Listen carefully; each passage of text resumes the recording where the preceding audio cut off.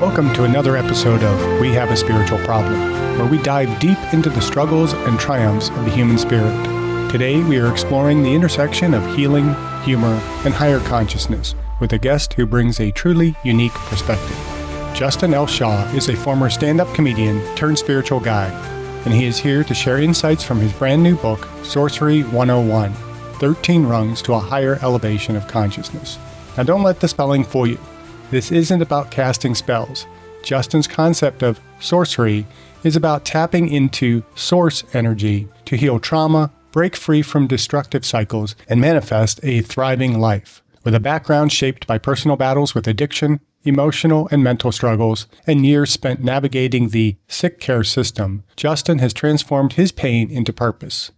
His book blends the wisdom of the Four Agreements and The Secret with a raw honesty of a million little pieces, all wrapped up in the wit and comedic timing of Jerry Seinfeld. In his words, he's a little bit Deepak and a little bit Tupac.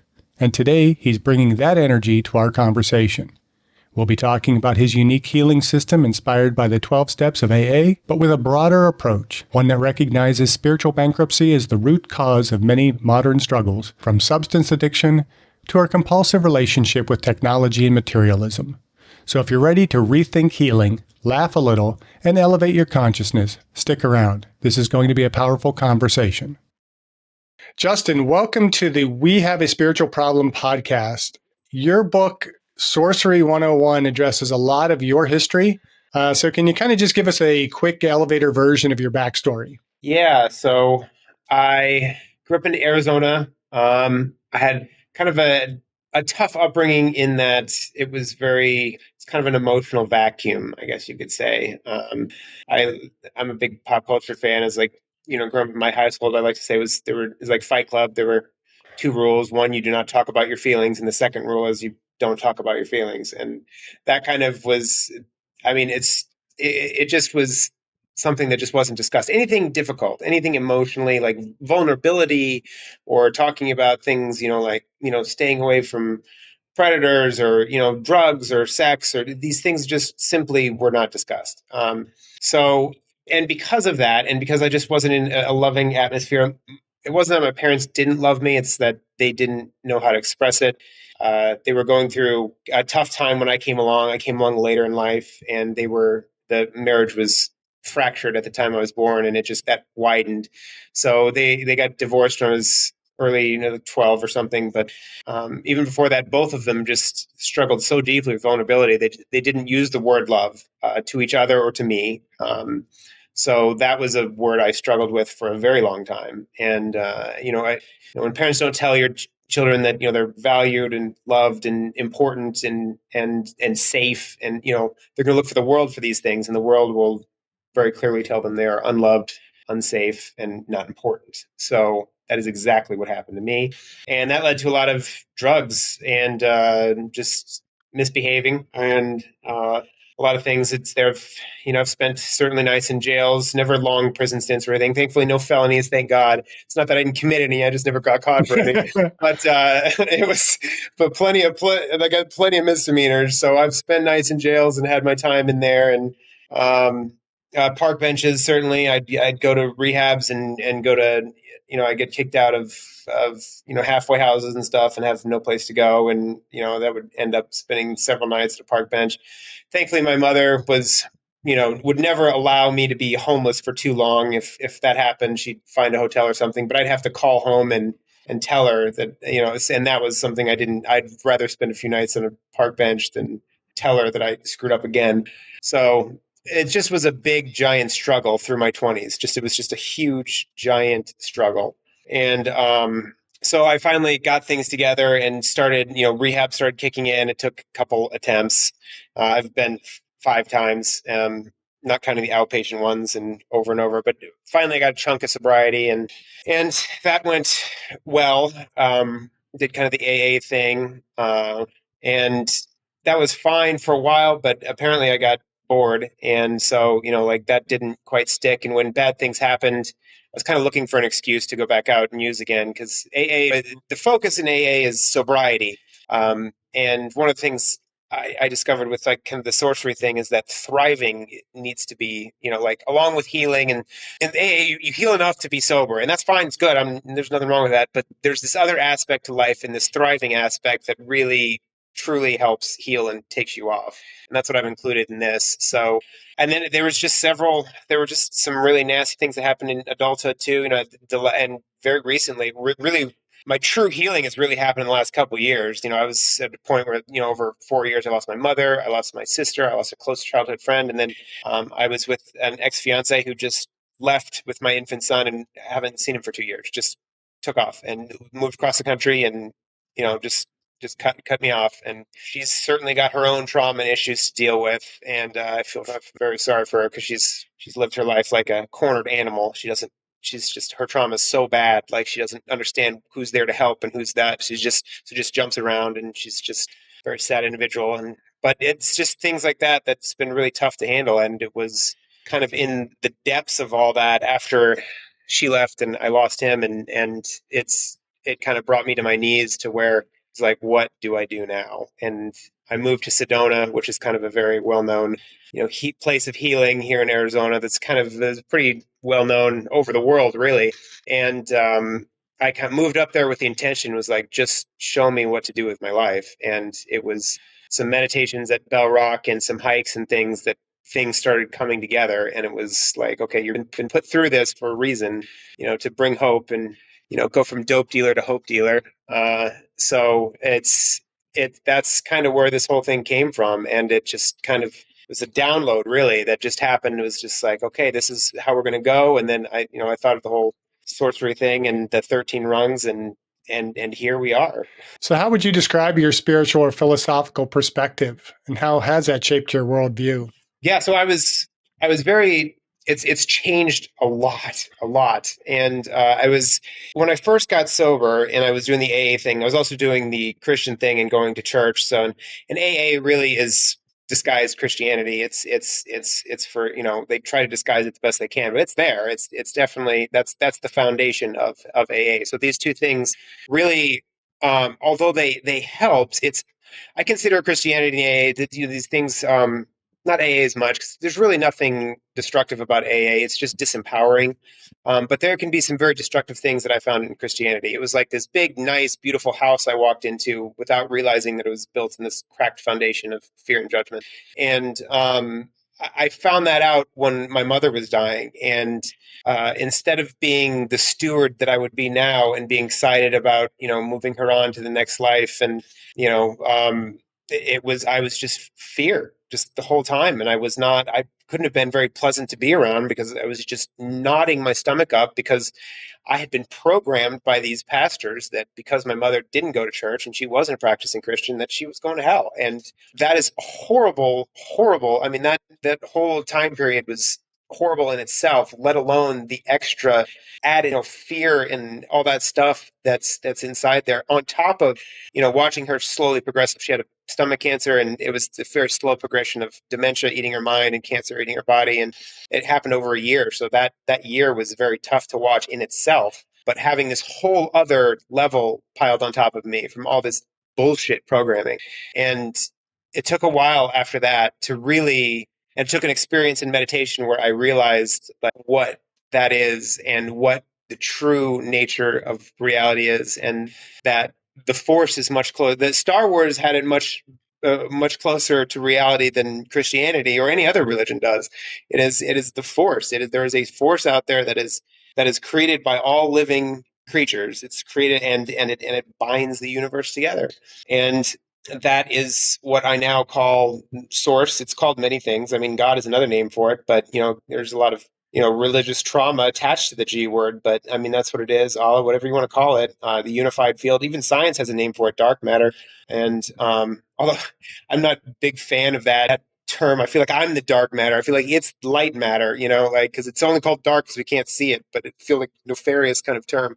That is what source is. So sorcery is spelled with a U, to distance itself from wizards and cauldrons and hooded robes and magic wands and such. If you want training in that, I'm sure it's out there. But this is more. I think if you want to do that, I think this is the place to start, anyways. Because clearing up all that old energy and getting that out and healing and going from healing to thriving is the biggest part of my spiritual path now, and it's just amazing because trauma just it sits right here. Like your frontal lobe is in charge of your personality, your judgment making, your emotions.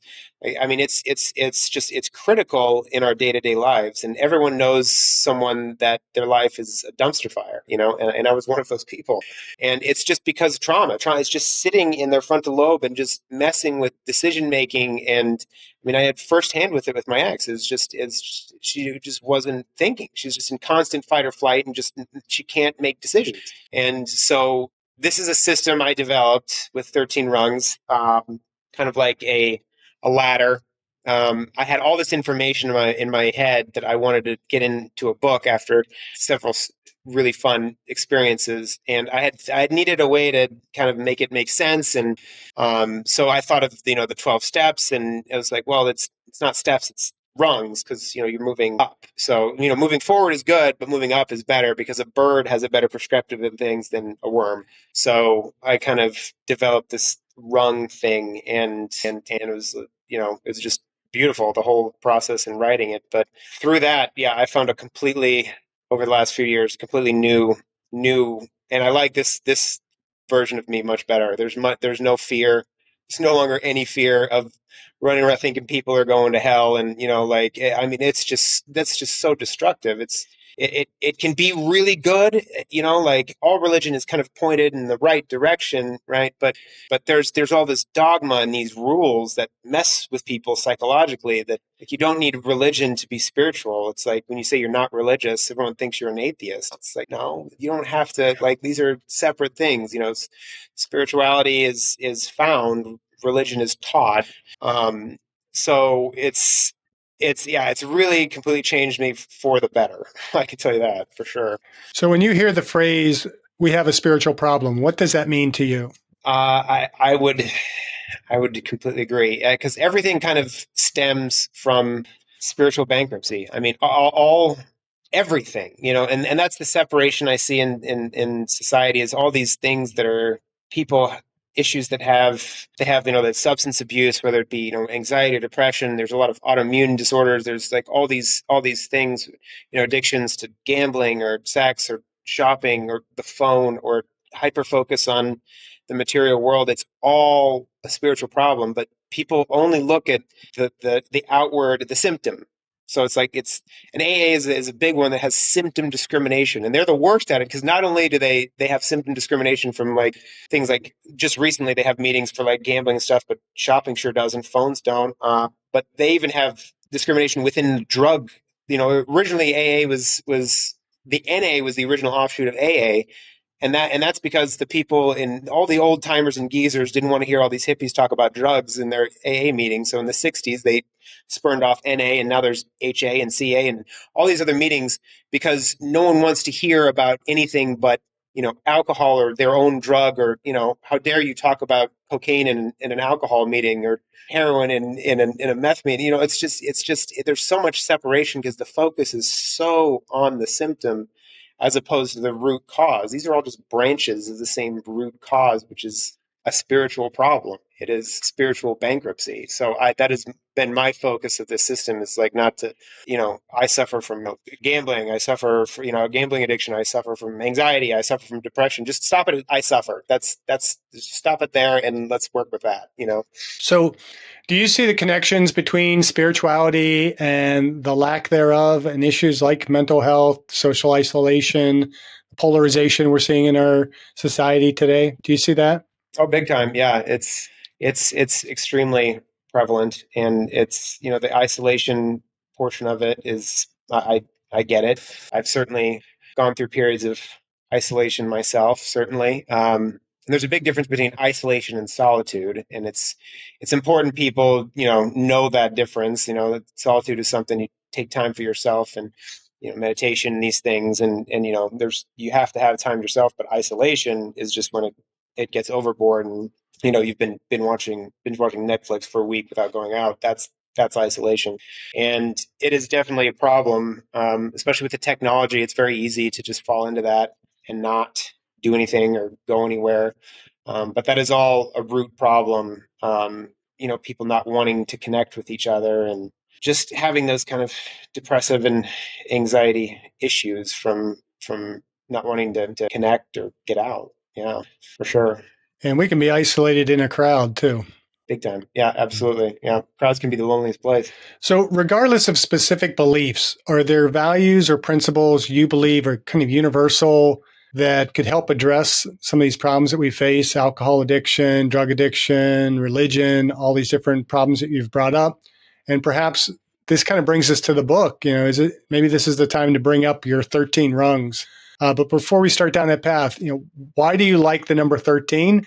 And you have 13 rungs and you have 13 statements in your Sorcerer's Creed. So why 13? Yeah, big. Yeah, good question. Big time. There's definite purpose for that. So, the number 13 is known in our culture as an unlucky number, to the point which we don't have the 13th floor on in hotels. Like it's that prevalent that 13 is unlucky. All this stuff. I kind of I did some research and kind of drew it back. And one was kind of this Knights Templar thing on Friday the 13th, how they slaughtered a lot of them, and the other thing was they're both Christian based. The other thing was there's 13 people at the Last Supper, and supposedly Judas was considered the 13th one or something. And it's just that's why 13 is unlucky, which is it's bullshit. Like what does that have to do with anything?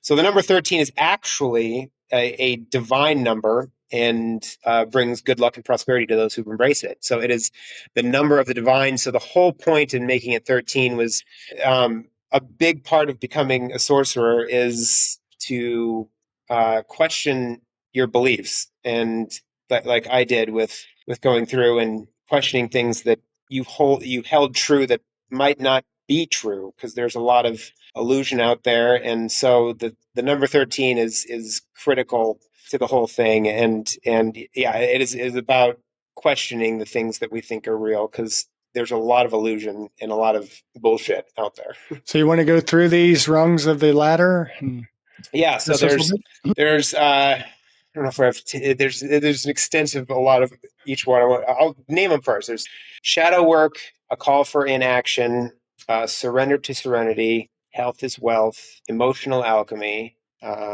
comfort in discomfort, attention to intention, goats over sheep, follow your bliss, rose-colored contacts, intention versus I'm sorry, instinct versus intuition, and then the chakra life and assist leader.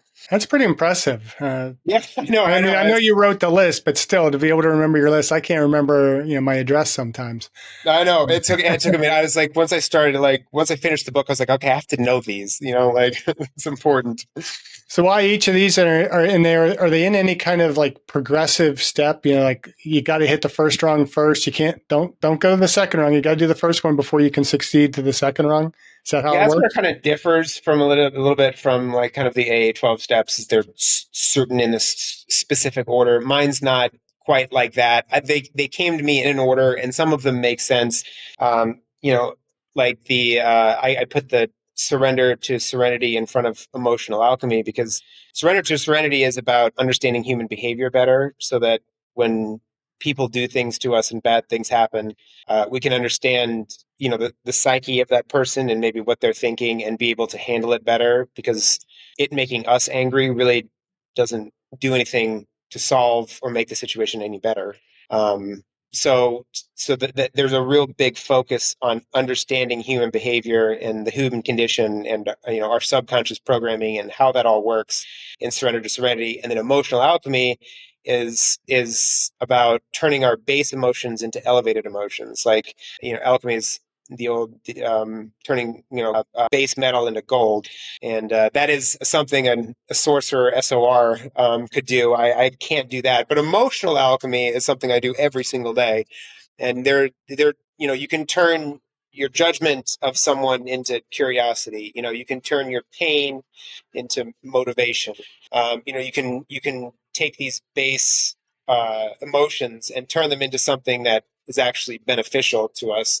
There's several other examples of ones I can't quite think of, but they're, being able to, alchemize, the biggest one, trying to alchemize, hate into love, through acts of, forgiveness. It get much easier to forgive people when you understand them. So certainly in that way, that there's, like, it kind of came to me in an order, but there's no specific, like, do it this way, the one after the other, like, it's not. I put shadow work as the first one because it might be the most important, because it sets the tone of the subconscious. And the shadow is something that is created when a soul is broken, and it's kind of that reactionary side to us that can make life extremely difficult. And to have some distance from that and understand that we are not the shadow, we are the awareness of the shadow, it was a really good place to start. So, and I guess the last one too is kind of assist leader, where you're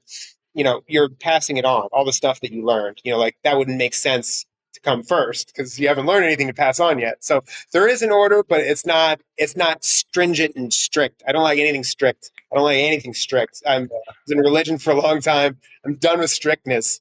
So yeah, there's no, like, strict way to do it. Certainly. So how about goats over sheep? Goes over sheep is a good one. Yeah. Um, it's that one. I really like that one. So goat, obviously, it's a term that gets thrown around a lot these days, and that is greatest of all time. It started as kind of a sports term, but now it gets thrown around just any old time. Just, like, someone just at, just it can just be a compliment. You're the goat. Like, just it just and so I just thought about that. And we live in a world of sheep, and sheep are highly, programmable. They're told what to do and they do it, and they're kind of lost without the guidance of outside them. They're without the shepherd, they're just lost. And so most people are sheep, and they just do what they're told to do, or do what they're programmed to do, and without analyzing the information. It's just, okay, sure. And so I separate the two of them, and you know, not all goats are sorcerers, but you can't be a sorcerer without the mindset of a goat. And that's just, who the greatest of all time is completely irrelevant. Like, that can be thrown around, like, is it LeBron? Is it Jordan? Is it Kobe? Like, it's always in the mind of the perceiver. Like, I guarantee you every basketball player in the NBA that steps out on the floor has the mindset of a goat, whether they're LeBron or not. If they don't, they're not going to last in the NBA for very long. So, who the actual greatest of all time is completely irrelevant. But you have to have this mindset and just this energy that comes with, like, having that kind of confidence. And I separate the two. Like, you have to be kind of humble with it too. Like, you don't want to run around yelling and telling everyone that you're the greatest of all time. We know that that's out there, and there's people that do that, and it creates distance, and it's pretty annoying. So, the goats and sorcerers are two different things, but you know, I guess a humble goat would be a sorcerer. So yeah, don't be a sheep. Yeah, I think Muhammad Ali is the only one that pulled off the "I'm the greatest of all times" piece. Yeah, yeah, and sometimes it's just like, well, I mean, he is, but most people, day to day people, it's like it just gets kind of annoying if you're going to go around telling everyone how great you are. That's I put in the book, and Walter Creighton, I think, says it the best. It's like, when you're good at something, you tell people. When you're great at something, they tell you. Mhm. So, any of the others that you really like that we should share with the audience? Let's see. Let me turn this up a little bit. So let's see. I mean, a call for an action is a big one. That's meditation. I, the importance of meditation is crucial, and that's probably why I put that as the second one. And I had an experience in meditation about 4 years ago that started this whole thing. I wasn't quite ready to truly be on my path at that time, but it planted the seed. And I was working with a shaman, and I was doing shadow work and meditation together, and these two things started happening. And just in a moment, it was like I actually connected to this field, and, like, I didn't really realize what it was until it's a field of information that surrounds us at all times, and it can be tapped into at any moment. So, like, this book came from my ability to tap into that field and not think with my brain. I'm a C plus college. Like, I got through college, but barely, and I was like C plus on a good day. And, like, if you were to read that book, you would not believe it was written by C plus, Arizona State grad. It's well beyond that, and it is my ability to tap into this field that produced this book. So meditation is huge, and it's I realized in this moment of meditation that it was like, if you ask fish about the water they swim in, they say, "What water? What are you talking about?" And it's like that. It's like we're all swimming in this sea of consciousness. We don't know it. We have no idea. And in that moment, it was just like a fish um, being pulled from a pond. So a fish in a pond, it's all it knows. All of a sudden, it gets caught by an angler and pulled out into this majestic, crazy, real world. And I mean, how shocking is that to a fish? That's what it was like for me. It's really hard to explain because it's like sticking a fork into a socket and getting this electric shock and then trying to explain that shock to someone who lives in the Amazon. Like, it's how do you explain that shock? They're not ever going to have any idea what you're talking about unless you've actually experienced an electrical shock. So it was like that. And so that's a big one. And then just going back to the shadow was a huge stepping stone for me. There's a ton of pop culture in my book because I grew up in a very kind of I said, like, emotionally neglectful kind of household. So my thing was TV, video games, movies, and these things just were repeated over. I would just watch them over and over again because that was the one thing that brought me joy.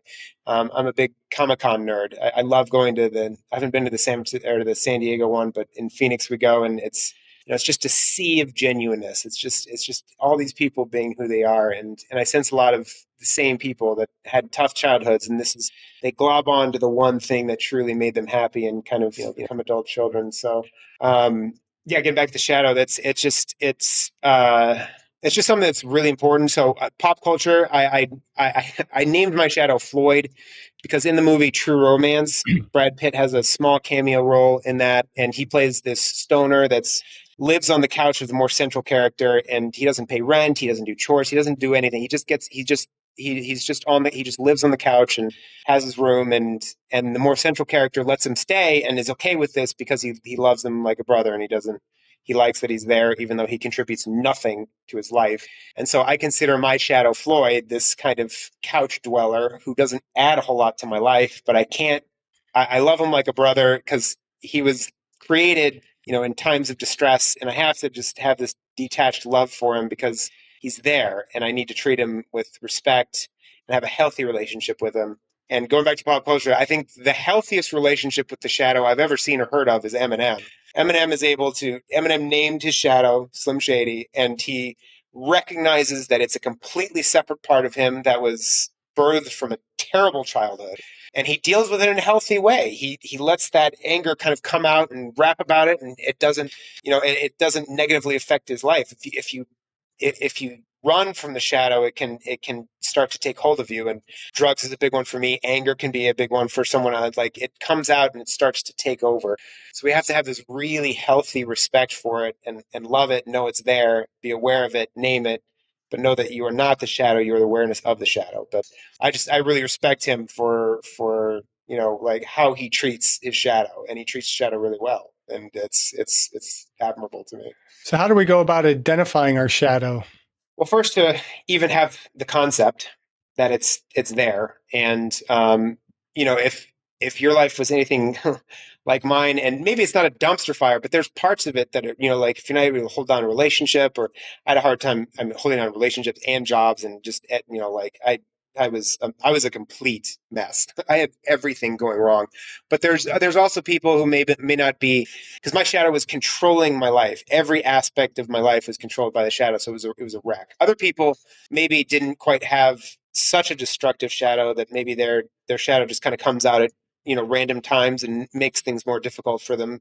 Maybe they can't have the relationship that they like because their shadow is kind of there, or there's just aspects of your life that you'd like to change, and that because of that reactionary side, it's just the reactionary side to us that doesn't like to feel, essentially, or kind of reacts in those moments. The first step is just to simply know it's there, and the second is start to just develop that relationship with it in meditation, and kind of go mining the subconscious. And that's what meditation is about. You go mining your subconscious, and you find things you find things when you meditate. Things that are there, things become more clear. It really clears up a lot of things when you go mining in the subconscious, and your shadow becomes more apparent, and you know the difference of when it's in charge and when there's the shadow and the divine. I'd like to consider myself a little bit Deepak and a little bit Tupac, and that's the shadow versus the divine that's in all of us. So it's step one is just to know it's there, because I didn't know it was. I had no idea of these concepts and everything. This is not talked about in religion at all. So it wasn't until I really got to do the deep work that I started finding it. Yeah. So do you have to have lived through the dumpster fire to have a shadow? Or, what do you say to people that on the surface, they seem to have their shit together and probably saying, well, that doesn't apply to me. I don't have a shadow. I have a pretty good life. I'm a great person. Yeah, no, I mean there are people that it could be everyone. It's there and waiting for everybody. But if you had like a really great childhood and you haven't had experienced a lot of trauma in your life, which like you may not have, that shadow may be completely dormant, completely, but it is there. It is there, and things can happen in life. All of a sudden, someone with a great childhood and everything, all of a sudden their husband dies, just out of nowhere, and this is such a shock and such a crazy thing that happened to them, and why, and start questioning all these things, and then that shadow starts to grow, and their life starts to become more chaotic, and things like that start to happen. But it is there for every single person. The natives used to say we have two wolves living inside of us. There's the dark wolf and there's the light wolf, and the one you feed more is the one that is more active. So I have to continue to feed my light wolf every day. And if people continue to do that and just know it's there, then it. But yeah, for some people, there may not be much of a shadow, but that's just because it's dormant. It's for someone like me, it's been active for a long time, and it's much more dormant. But I'm very aware of it because of how active it was. There could be people out there that have amazing lives, and they've created things in their life and had fantastic parents, and it's awesome. But when something happens, it can be awakened. And it's what we do in these times of distress and trauma that really show our character and show who we are. Yeah, I think sometimes we just don't turn around far enough to see our shadow. Yeah, yeah, it's there for everyone. Yeah, it just may be dormant. Yeah. So, what roles do concepts like compassion, forgiveness, and mindfulness play in solving some of these problems that we might label as spiritual problems? Yeah, so that's a big part of kind of the emotional alchemy, is just letting things go.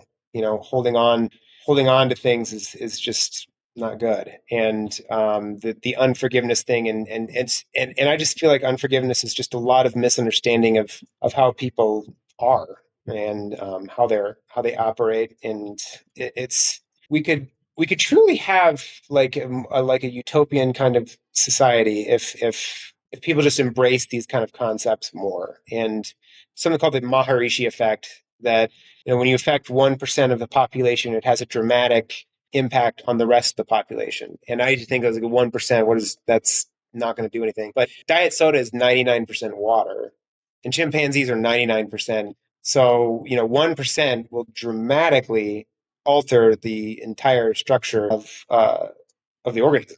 So, and that's kind of my goal of getting out there, is to kind of release these things and help people understand better. And I just think it's in understanding that people will be able to forgive and let go. Because it doesn't do us any good to holding on to things that happened to us. And, like it doesn't do me good to wake up every day constantly pissed at my ex for just taking off. Like that doesn't do me any good. So like if I can do it for something like that, it's you can do it too. Like if I can get up and every day send her and him, send them love and from afar, and hope, because I understand what she went through. She had a horrible childhood of anger and fear, and so I just understand where she's coming from. But every day I get up and send her love, and every day it makes me happy, and and helps me in my life and clears up this. Otherwise, those emotions just kind of sit here in the trauma and cloud the frontal lobe in our judgment, and it doesn't do us any good. Yeah, it's extremely important. So, it takes effort. So, how can people begin to foster a sense of purpose and connection, even if they don't identify with a specific faith or even a belief system? Um, I mean, my book is a great place to start. Certainly, it's definitely it's a good place to start because it's better if you don't subscribe to religion. It's kind of like one of those things. They're all pointing in the right direction, but in a truth is a truth. But in my experience, it's truth is a truth until it gets organized, and then the organization becomes more important than the truth itself. So it's better that like if you're not hanging to one, because religion divides, spirituality unites, and that's just how it is. It's there's just no way. They all teach love and compassion, but everything's built in this shaky foundation of fear and judgment. It's and like it's teams, and that's not real. We're not meant to be in teams. It is all one consciousness. We're all the giant ocean, and we're all just glasses of water that's been pulled out and separated from the giant ocean. There are no religions, there are no teams. It's all just one. We're all reflections of this same universal consciousness. So it's spirituality is definitely the way to go, I think.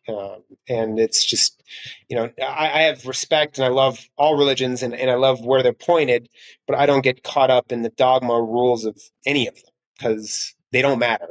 There are no rules. Once you live a heart centered, we need more heart thumpers and less Bible thumpers, because once you live a heart centered life, you just know what is good. I don't need a list of things to tell me not to do. Like if I tell you don't think of elephants, I know right now you're thinking of elephants. So having a list that, do not steal, well, now I'm thinking about stealing because like you're telling me not to do it. It's this list of things is just, you don't need that. You have a heart centered life, and you just know, like I don't need a list of things to tell me not to kill somebody. I got that. I don't need any of that kind of energy. I don't need a list telling me what to do. So yeah, there's a huge difference, and I think that's just what we're missing in society. It's just like when you say someone's not religious, you just assume that they're an atheist or they worship the devil or something, and that's just so far off base. And I really hope the book and the system kind of brings more awareness to that. It's kind of like that definition of a cult. It's the church that you don't go to.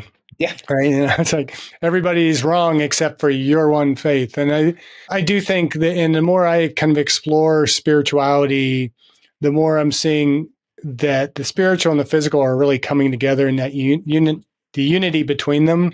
But that we're all, and I've gone so many different religious avenues to get to where I'm at. And each one has just been a little bit different perspective of looking at the same, you talk about the source, and kind of I was trying to remember as you were talking earlier, what was the book called, The Source? And I think it was the John Michener book called The Source.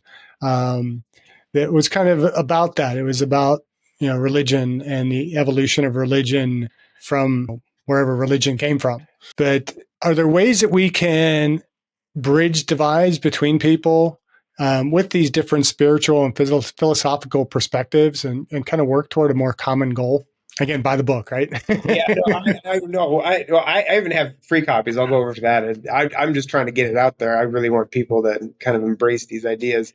But it depends on the person, because if they're not ready to let things go, letting go again, then they're going to be very hard to deal with. And I found that a lot in the Christian world. I was deeply in the Christian world, and there are just some heavily programmed people that are just like, nope, going to hell if I do this. Going to hell, like, oh, can't, everyone's going to hell. It's just so sad. I was in a. It was so telling. I'm so glad I was there for this. But I was in a kind of a bigger church, not a mega church by any means, but there was probably 400 or 500 people in this little space. And one of the things that they were talking about was kind of this idea of salvation. And so they took a survey of the people in the room. They were like, how many people are confident of their salvation? I would say 10%. 10% raise their hand. That means the rest of that 90% are living in fear every day. And I didn't have my hand up. I certainly was like, I've done a lot. I'm not confident in my salvation at all. And that's bad. That's Yeah. really bad. Like for people to be living like that and just in this constant, like that's the relationship with God. I got to please him. I have to, like I have to get to heaven. heaven is here and now. Like, create your heaven here and now. Like, and that energy would just pass over into the next life.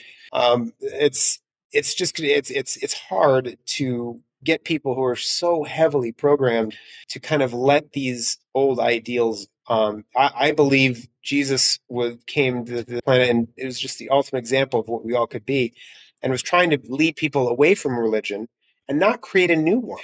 I don't think he'd come back and have anything to do with Christianity the way it is today. He'd be like, "You guys have lost the message; it is gone." Um, I don't think Jesus wants followers. I think he wants peers. And so just a completely new way and a different way of looking at things. And I can say these things, and to a lot of people it might make sense, but other people they're so no, no, no, no. It is Bible. It is everything. Everything in the Bible is true. There is a lot of divine wisdom in the Bible, but there's a lot of lies and bullshit too. And you got to shift through it. So I like to. I go into the Bible when I do it. First of all, I have to enter the Bible in a very like good energy because it tends to take on the energy that you bring to it. It's a very very powerful book, extremely, and it's like going into a cave because it can be dark and scary. But there are little gems to be found in this cave. But you have to go sifting through a bunch of rocks and dirt. And a zealot comes out weighed down by, now they might have the gems, true, but they are also weighed down by the useless rocks and dirt. I like to say a sorcerer enters the Bible cave and just pockets the gems and leaves the rest. So that's the kind of stuff I want to get out to people because but again, you can't convince everybody. It's just if they want to believe that way, that's fine. But they're not doing themselves any favors by that. So, what's one piece of wisdom or insight from your own life or work that you believe can kind of help people address some of these spiritual challenges? Well, I would say, the world may be against you, but the universe is for you, and that's all that matters. Um, Once I started, forgiving myself and, letting go of things that aren't just other people, forgiving yourself is the hardest one. And, once I got out of that, is God going to forgive me kind of thing, I kind of got more into this perspective. I'm just I'm a piece of God. So I need to forgive myself, and then we have no issues. There's no issues with that anymore. We're all just little reflections of God, all of us, in everything. It's the church likes to create separation, and I think that the key for people to understand is that they are God. Source, religion is about letting God in. I like to say sorcery is about letting God out. We are we are reflections of the divine, and we are not separate from that reflection, even though that's what's been programmed into us, that we're, little powerless, weak human beings that, need guidance without realizing that we are that guidance, and that guidance is there. And there's a big part in there that's intuition versus instinct. That's one of the rungs, and knowing the difference between those two things is huge. Instinct kind of lives in the gut, intuition lives in the heart, and when your instinct is turned up too high and your fear from a trauma, you can live your life by instinct, which people use those words interchangeably, but living by constant instinct is not good. It is there for a good reason, and we need it in times of distress. But if you can't turn that instinctual thing off and lower it, then we're just constantly lived by fear, and we're making bad. So intuition then, and I go over like how to train your intuition by asking questions, like clearing your mind first and then asking questions, and you'll get answers back. And the key is to know the difference between the instinct and the intuition and be able to just trust the intuition. It is your higher self, it is source, it is many things. It is you become a player character in the simulation that we're all in. You all of a sudden have this connection now, and it can guide you through tough times, through great times, anything.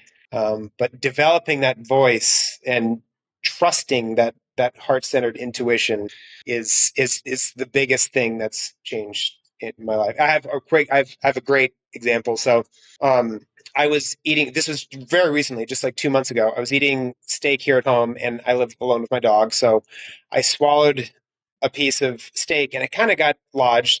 And the instinct in me would have said, swallow it and get it down, because it just got stuck. Like, it didn't feel like anything major or anything. It just kind of got stuck. And so the instinctual would have been to swallow it. But because I've developed this voice, I had this not audible, but inner voice come in and just yell at me to stop. So I stop in my tracks, and like, it's so loud. And I'm like wondering, I was like, oh, okay. And it told me, one more swallow and you die right here in your apartment. And so I'm sitting here like almost shaking, like, okay, what do I do? And so it walked me through. It just, because it wasn't completely lodged. One more swallow and it would have been, but it wasn't. So it's just inhale air around the piece slowly, not too fast because you don't want to get it stuck, and then just give yourself a Heimlich kind of thing, and it just shot out. And that's one of those times that your intuition may not tell you the numbers to the lottery or anything, but it's always going to keep you away from bad things happening to you or your loved ones on a physical or an emotional level. So it's the most important voice we can develop. Seems to me that the intuition is more our connection with the source. If that's what you want to kind of use for a term for God, the universe, whatever it might be. We all have kind of different words for that. But instinct is really what's inside us physically just for self-survival. And so it's not at all unifying. It's not other-centered. It's all about me in the instinct. It's about my survival. It's not about survival of the source. Right. Yeah. No, I'd like to compare it. And we need instinct. Like if you're walking home from work and there's a car coming and there's a gun hanging out of that car, this is a good time to give into your instinct and duck out of the way into a bush. But if you don't process that event properly, when you're walking home from work, you're going to duck into a bush every time a car comes by. You're going to duck back into a bush, and then you might get home and never leave again. And so now this overly developed instinct has now taken over your life because it was one event where you gave into your instinct and it worked. And so now it's like, and now it just takes over your life. So processing these traumatic events and getting the mind and heart aligned, that mind heart coherence, that's when you create the beacon to the universe. So, in the time remaining, let's give the listeners a little bit of a sense of your Sorcerer's Creed. Yeah. Do you have that memorized? I don't have that memorized. No, not at all. I do have the book here. You want to walk through? Yeah, I can. I have it right here. I definitely don't have them memorized, but yeah, I can go through them here. So this is something that kind of came to me. It's the Sorcerer's Creed. So one, I understand my focus is the energetic cord that connects and charges me. Every day I have a choice to plug into the illusion or plug into the source. Two, I will receive my body. My body will be mine for the entire period I am here, so I will take care of it. Three, I pledge to seek out knowledge. I am enrolled in a full-time school called Life. Each day in school, I will take advantage and learn something new. 4, I understand there are no failures, just lessons. Growth is a process of experimentation. The failed experiments are as much a part of the process as the experiment that ultimately works. I understand that lesson learning never ends. A lesson will be presented to me in various forms, and it will be repeated until I've learned it. I know the key to my success will be to go from lesson to lesson without losing my enthusiasm. 6, I understand my reality happens through me, not to me. Therefore, I will remain vigilant on how I am viewing myself and the world around me. 7, I'm aware that there is no better than here. When my there has become a here, I will simply obtain another there. 8, I will honor the golden rule and love others how I wish to be loved. 9, I understand that we are one. So I will see others as mirrors into my soul. I know I cannot love or hate something about another person unless it reflects something I love or hate about myself. 10, I understand that I am a biological computer. If I am not regularly questioning my thoughts and feelings before they become actions, I have been regulated to an organic robot. 11, I understand that I have the free will to choose my destiny. I have all the tools and resources I need. What I do with them is up to me. 12, I know the answers to all life's puzzles are inside me, and stillness is the key to that vault. All I need to do is pause, listen, and trust. 13, lastly, I pledge to approach every endeavor and obstacle I encounter with the confidence of a 5-year-old wearing a Superman cape. I love that confidence of a 5-year-old that one all the time. 5-year-old is super, like, let's go. Like that one, that's my favorite one. I think those are really a great way to kind of begin to wrap up today's discussion. Is there anything that we really haven't talked about? Any other profound words for our listeners and the viewers? I think we covered mostly all of it. Yeah, I can't think of anything too much else. I mean, there's always plenty to talk about, but I think we really got a lot in. So if you could summarize the Sorcery 101 in just one statement to our viewers and listeners, what would that be? In one statement. Hold on, there's a couple sentences in here. If I can get it correct, it's what is a sorcerer? Okay, a sorcerer can turn dreams into reality, and becoming a sorcerer is simple but not easy. A sorcerer is an enthusiast that stays cool and fights through adversity. A sorcerer is someone that has developed the ability to alchemize their emotions and has learned to respond instead of react to frustrating worldly situations. A sorcerer does not view the world from an evolved black-white standpoint, like most of humanity, but from a loving and detached side of gray. And maybe most of all, a sorcerer knows they are special, but not unique. I like that last one too. Special, but not unique. Everyone says you're not special. You are special, but you're all not unique. And there's a big difference between those two. And we're just going to end with that because I think that's a nice just ending to just keep our listeners and viewers just something to ponder on. Definitely.